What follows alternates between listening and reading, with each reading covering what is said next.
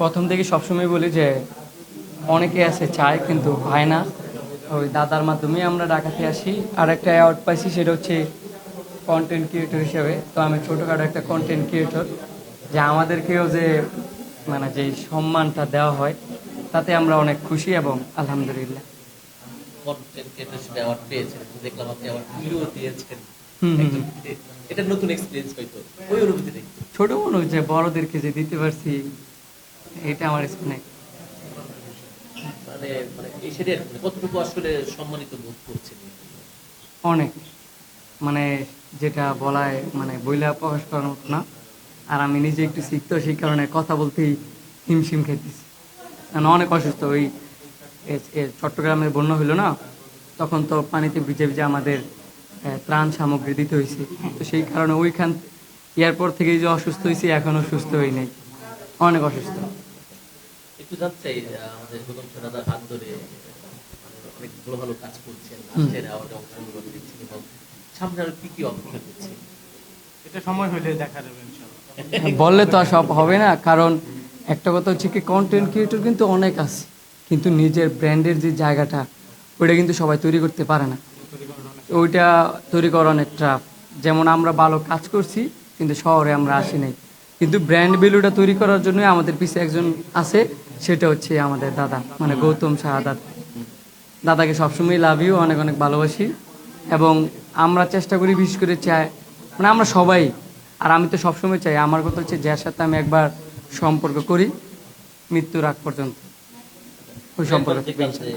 আপনাদের এলাকায় গিয়েছে, একসাথে ঘুরছে, ডাবের পানি খাচ্ছে, এটা হচ্ছে আমাদের এলাকা না, এটা হচ্ছে নোয়াখালী। আমরা একটা ওপেনিংয়ে গেছিলাম, ওইখানে আমরা অনেক দুষ্টিমি করছি। আর দাদা তো বলতে গেলে এক হচ্ছে দাদা, দ্বিতীয় কথা হচ্ছে উনি হচ্ছে আমাদের বন্ধু। দাদার মতো বন্ধু আসলে জীবনে প্রত্যেকটা বয়সের কোনো বন্ধু মানে না, সেটা যদি আমাদের মধ্যে দেখেন যে আমরা কিন্তু সবাই এক বয়সে, সেম বয়সে, কিন্তু দাদা কিন্তু আমাদের থেকে অনেক সিনিয়র। কিন্তু এটাই প্রমাণ করা যায় বন্ধুত্বের কোনো বয়স হয় না। একটু জানতে চাই, এখন আপনার কি কন্টেন্ট ক্রিয়েটর এবং সোশ্যাল মিডিয়া থেকেই ইনকাম করা হয়, বেসিক জায়গাটা ক্রিয়েটর যেটা হয়। ফেসবুকের ইনকাম তো কমিয়ে দিয়েছে অনেকে, বলে এখন ফেসবুক থেকে ইনকাম করা যায় না। কিভাবে চলছে আপনার? এখন আমি যেটা চিন্তা করি যে আগে দিতাম একটা ভিডিও, ধরেন $1, এখন দিই 4টা ভিডিও, তার মানে কি $4।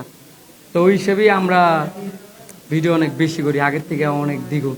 আগে যদি মাসে ভিডিও করতাম 7টা, 8টা, 10টা, এখন মাসে ভিডিও করি 20টা, 30টা, 40টা, 50টা।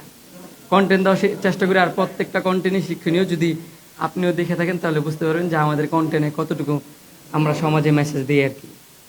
একটা মানুষ যখন উপরে দিকে ওঠে তখন তাকে টেনে ধরার চেষ্টা করে, এবং আমরা দেখেছি আপনি এখন আলোচনায় আছেন। এই মুহূর্তে আমরা সোশ্যাল মিডিয়ায় কিছু জায়গায় খেয়াল করেছি, আপনার শুরুর দিকের কিছু টিকটক যে ধরনের ভিডিওগুলো করতেন, এগুলো অনেক বেশি সামনে আসে। এখন এটা কি আপনাকে থামিয়ে দেওয়ার চেষ্টা, নাকি আপনার নেগেটিভ ভাবে তুলে ধরার, এরকম কিছু মনে করছেন?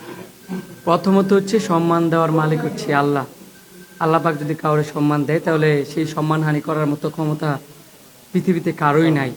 হয়তোবা আমরা আগে, আমি নিজেও বলি যে আগে ফাত্রা ভিডিও করতাম বা নোংরা ভিডিও করতাম, এখন ভালো ভালো ভিডিও করি।